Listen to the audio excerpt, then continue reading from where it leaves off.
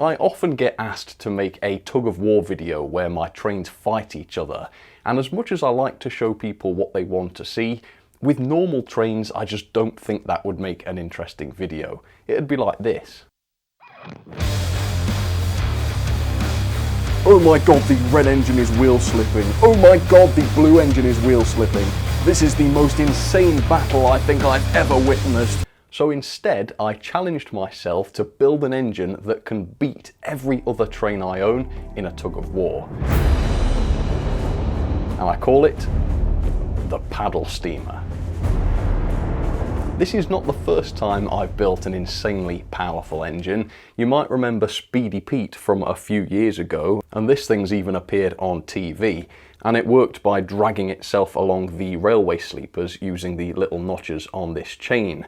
But I'm not proud of this thing. I built it very hastily, it broke down soon after I'd finished filming with it. It's quite embarrassing, frankly. By contrast, the paddle steamer had a lot more time put into its design. It's over-engineered, if anything, and I love it. So let me show you its features. The paddle steamer propels itself forwards using this giant paddle, which has teeth on it like a giant gear. These teeth engage with the railway sleepers like a rack and pinion to make a loco that cannot wheel slip. The paddle is driven by this powerful 12-volt motor gearbox combo which outputs a very low RPM at very high torque. It has a smoke box at one end and a cab at the other end, just like a real steam locomotive, but these are actually covers which conceal counterweights which balance the weight of the heavy motor unit which hangs off one side of the engine. But some pieces of track have uneven sleeper spacing, and if the paddle steamer hits these, it might lift itself up off the track, lose traction, and then fail the tug of war. To stop this happening, the whole paddle steamer is suspended over a sprung chassis that allows it to move up and down without the wheels breaking contact with the track. The wheels are what pick up power from the electrified rails, so if the wheels stay on the track, the motor will never lose power.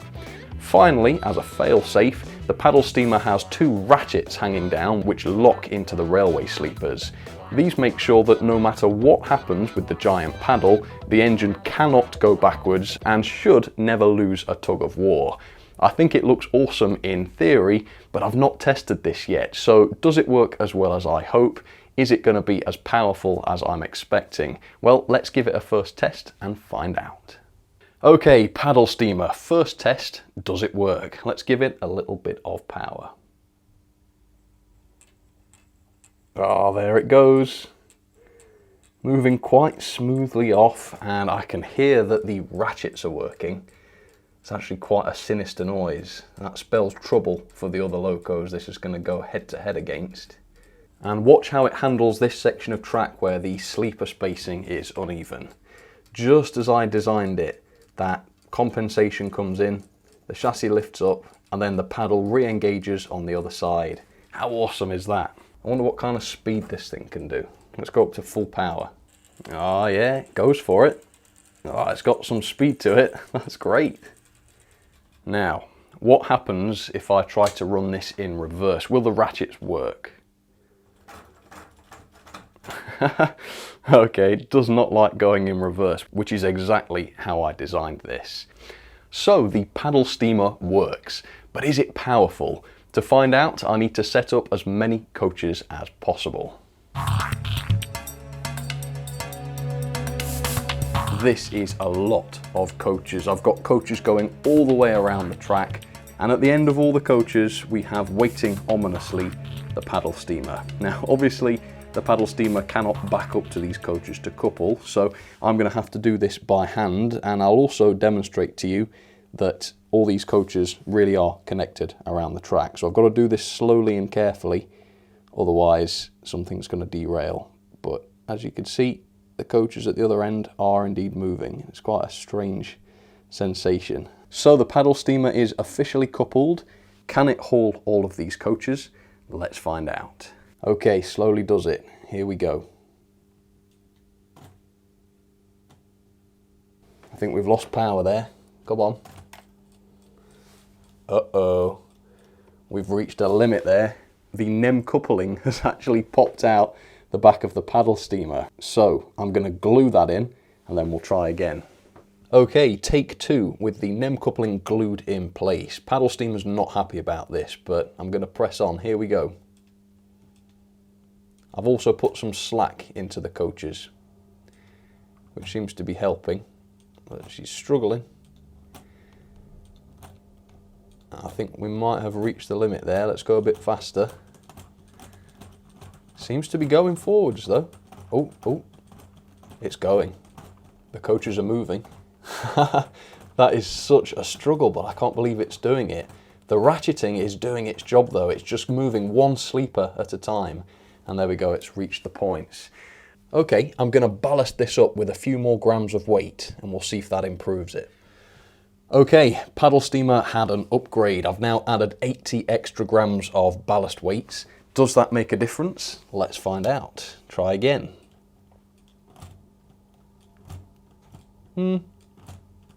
No, not really. It's still just struggling along in the same way as before, but still moving the coaches.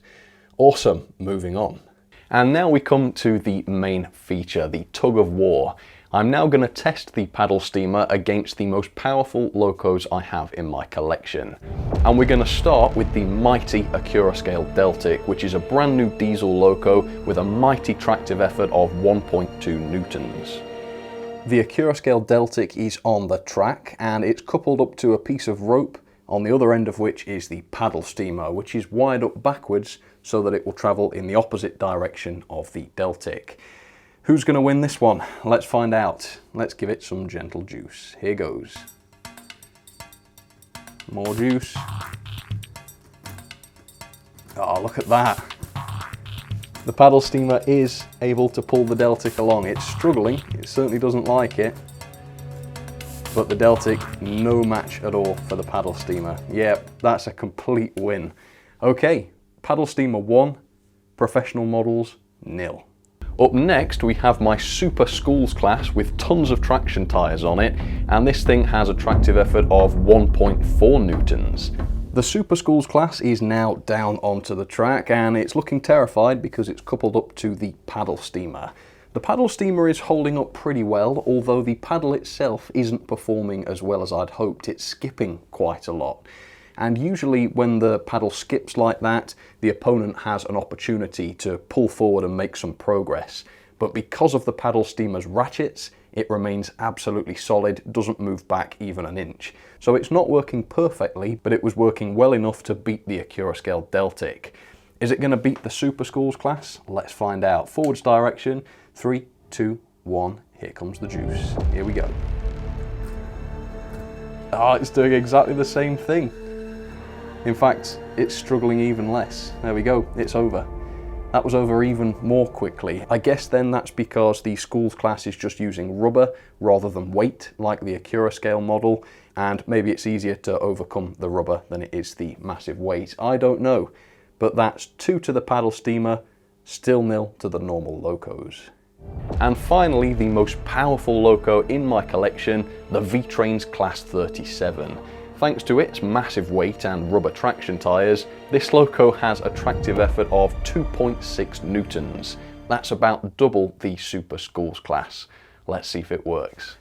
Right, the V-Trains Class 37 is onto the track, and as far as I know, this is the most powerful engine I have in my entire collection of almost 500 engines. At the other end of the rope remains the unbeaten champion though, the paddle steamer. This Class 37 is kind of twice as powerful as the Schools class we've just seen, so this fight could be completely different. How will it end? I do not know, but let's find out. Power in 3, 2, 1, now. Oh man. This is the slowest progress I think we've seen the paddle steamer make, but it is beating the Class 37. More power for the 37. Look at that, the ratchets have just held it steady at the finish line. There we go, the Class 37 beaten again by the paddle steamer. So yes, I'm ready to call it. There is no loco that I know that can beat this thing in a tug of war. Before we finish this video, there is one final test I want to try, and I've left this till the end of the video because there's a real chance the paddle steamer could be destroyed doing this, but that is an incline test. When I was testing Speedy Pete, he could not handle a 45-degree angle. He slid down and sort of damaged himself. Can the paddle steam outdo Speedy Pete on a gradient?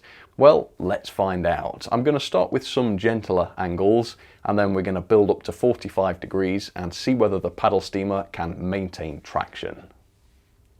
Right, we have an incline. We have the paddle steamer coupled up to Bullman, just like Speedy Pete did all those years ago. And according to my phone, the angle of this slope is just less than 20 degrees, 19 degrees. What's going to happen here? Predictions? I think this is going to make mincemeat out of it. I think it's going to go up here like a roller coaster on a lift hill. But let's see, let's give it some juice. We're going to go steady because we don't want any accidents at 20 degrees. Let's see, here goes. Oh, interesting. Oh, the incline's moving, gosh. Yeah, so, whoa, looking at that, that's one of the ratchets that's just failed. That's easy to put back in, but I would say maybe the weight distribution is wrong now that we're at an angle. I might try taking some of the weight from the back here and popping it on the front and seeing if that helps. Let's try that again. Okay, attempt 2, now with the adjusted weight distribution. Better or worse?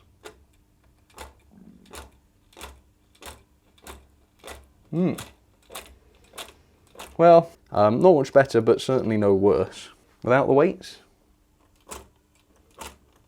Alright, so the weight distribution isn't making a huge difference then. Alright, well, it's looking okay. It's hauling Bullman up the incline. I think then that we are now ready to move on and try a steeper angle. And it looks as though this is going to struggle more than I expected. Okay, now the angle is much steeper. I've added around 15 degrees or so, 35 degrees. That means we're now quite close to the angle that caused Speedy Pete's destruction when he failed.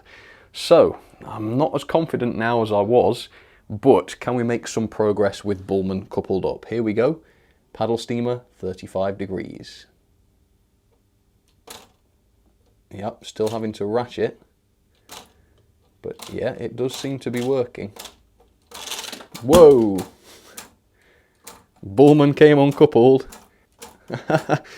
Even Bullman could not hold on, but on the paddle steamer went, and it has made it up to the top there. No sign of it dropping. Alright, we can go steeper. Alright, here it is. Look at the angle of that. That is ridiculous. And according to the old phone, it is saying 45 degrees. So this is the steepest angle I've ever tried with one of my machines before, and it's the angle at which Speedy Pete failed. While it's not moving, it looks absolutely fine, and Bullman's happy as Larry as well. I think we're going to see some issues here though. So, 45 degrees. Does the paddle steamer like such a steep angle? Here we go. Whoa! Oh, what is it about 45 degrees that causes these failures? Oh no, Bullman is looking worse for wear, and so is the paddle steamer. That's a lot of weight on there really to take a fall. So I'll have to inspect it, see what the damage is, see if we can get this to climb at 45 degrees, maybe without Bullman. Let's give that a try. Well, amazingly, it doesn't seem to be even remotely damaged. These pieces went back on okay. One of the ratchets dropped out again, but I put it back on. I'm hoping it's still going to be okay. First though, let's have a replay of what just happened, because I'm still processing that. Oh, look at that. It really dropped like a rock. It went with a right clatter on the ground. Anyway, what are we like now? Does it still work? Let's see. See, I can see the front end lifting up there when I did that. That means that that ratchet is going to be out of business. Oh my gosh, is it going to go? I don't know whether I should catch it or not. I've put some bubble wrap there. It's clinging on to dear life there, isn't it? Might need a nudge. I feel like it's just teetering 1 degree steeper and this would be gone.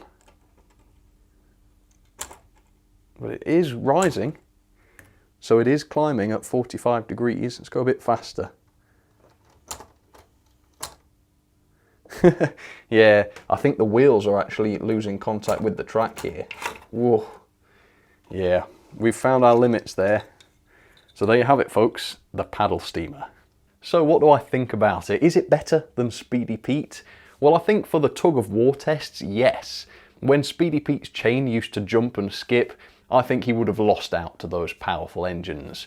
And even though the paddle wheel's big wheel did jump and skip as well, it had those ratchets on it, which meant that the loco is either going forwards or nowhere. It is not going backwards, so it's pretty much impossible for this thing to lose a tug of war. What about the incline tests though? Is this better than Speedy Pete? Well, that's less clear. They both failed at exactly the same point, which is quite annoying. Having said that, on the gentler slopes, the paddle steamer was better than Pete because it was rock solid. It showed no signs of being about to drop at all. And even when one of the ratchets failed, it still did not drop, which was much better than Pete. Having said that, it failed at 45 degrees, like I say. However, when it did fall down the hill, it did not destroy itself. In fact, I was able to put it back together in about 30 seconds. When Pete had one of his accidents, it was game over. I had to really go back to the drawing board with him and basically rebuild a lot of his parts. So I think the paddle steamer is better. I think it's a cooler design. I think it's a more thorough design as well. I put more work into it. It's better built, it's serviceable. I think it will last a little bit longer. And apart from that, it is so much fun. It is one of the most exciting little models I think I've got in the collection because it's just fascinating to run it. Seeing that massive gear turning, pulling on the sleepers, hearing the ratchets, it's just a loco completely unlike any other, and it's been so much fun to develop and then test this thing. So I've had a ball today. I hope you did as well. My question to you is, can you build a machine that is more powerful than this paddle steamer that could beat it in a tug of war? If you think you can, feel free to send me the design files and I'll print them off and give them a try, or send me a video of your machine working, and if you want to send it to me, we could try that out. But at the moment, the paddle steamer is the reigning champion. I hope you enjoyed seeing it. Thank you so much for watching, and I'll catch you on the next one. All right, cheers everybody, you take care.